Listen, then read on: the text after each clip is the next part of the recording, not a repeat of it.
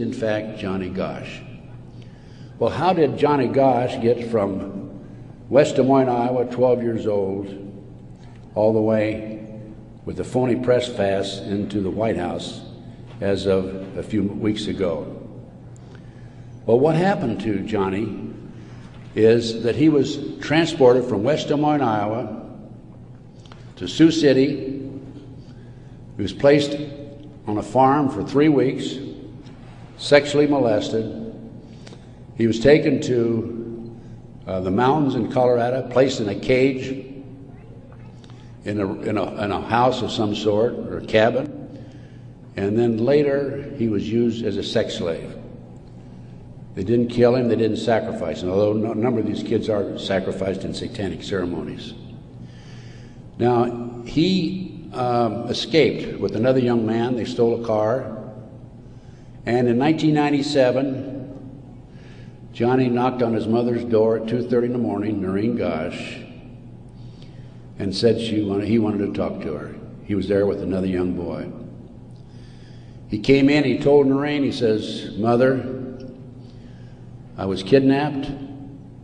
I've been placed in a covert military CIA-controlled, mind-controlled project and used as a sex slave." He said, "I can't come forward at this time because they will kill me." And then he left. Noreen says that's the last time she talked to him, 1997. Now, several years after that, a girl named Burns, who was a producer for 2020, decided to do a story on the Johnny Gosch kidnapping and the Nebraska case.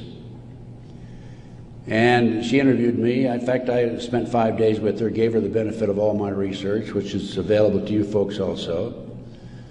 And then she got a lead that Johnny was hiding out on an Indian reservation in northern Minnesota. She went there and flushed him out, and he basically went into hiding, and now he shows up at the White House. He was a mind control victim. If you don't know anything about MK Ultra mind control program, it came into this country through the German scientists after World War II. They were involved with the Nazis during the war and prior to World War II in developing robots and individuals to be used on command for anything that they wished, including assassinations and other nefarious activity. The MK Ultra program, CIA mind control program, was investigated by Congress in 1987. Congress said, CIA, you got to quit doing that. You're bad boys. And they said, we will quit. Don't kid yourself. It's very active today. There are people like Barbara Hartwell out there who are mind control victims. She's another one who's been bashing me. I must be doing a pretty good job because I wouldn't have these people criticizing me on the internet like they do. And of course, it doesn't bother me in the least. But going back to the Nebraska case, the MK Ultra, a lot of this training took place at Offutt Air Force Base in Omaha, Nebraska, which was Strategic Air Command headquarters. You recall after 9/11, the president flew to, I think it was to the south, someplace in Louisiana or New Orleans, and then he flew to Offutt Air Force Base in the afternoon of September the 11th, 2001. And they had a party there that morning at 9:30 in the morning. He missed the party. He was sorry he missed the party. Warren Buffett was there, by the way. And the MK Ultra program has been very actively administered, not only at Offutt Air Force Base, at Fort Bragg, North Carolina, the place where Dr. McDonald's family was slaughtered in 1970. Now, the Nebraska case, I don't want to leave that without telling you that in the early 1990s, Yorkshire TV came to the United States with a camera crew for 7 months to do a documentary on it. They went back to England, produced the documentary, and they brought it over into the United States. It was listed in the TV guide to be aired on May the 3rd, 1994. When certain members of Congress found out about it, they threatened the cable industry with restrictive legislation. Somebody anonymously bought up the rights to the videotape for the documentary and ordered all copies destroyed.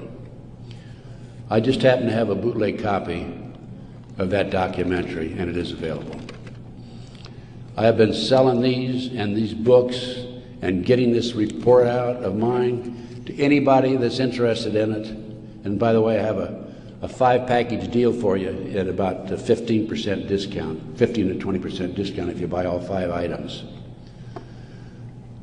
So about 6 months ago, as any good investigator would do, I said, I'm going to get a copy of that TV guide.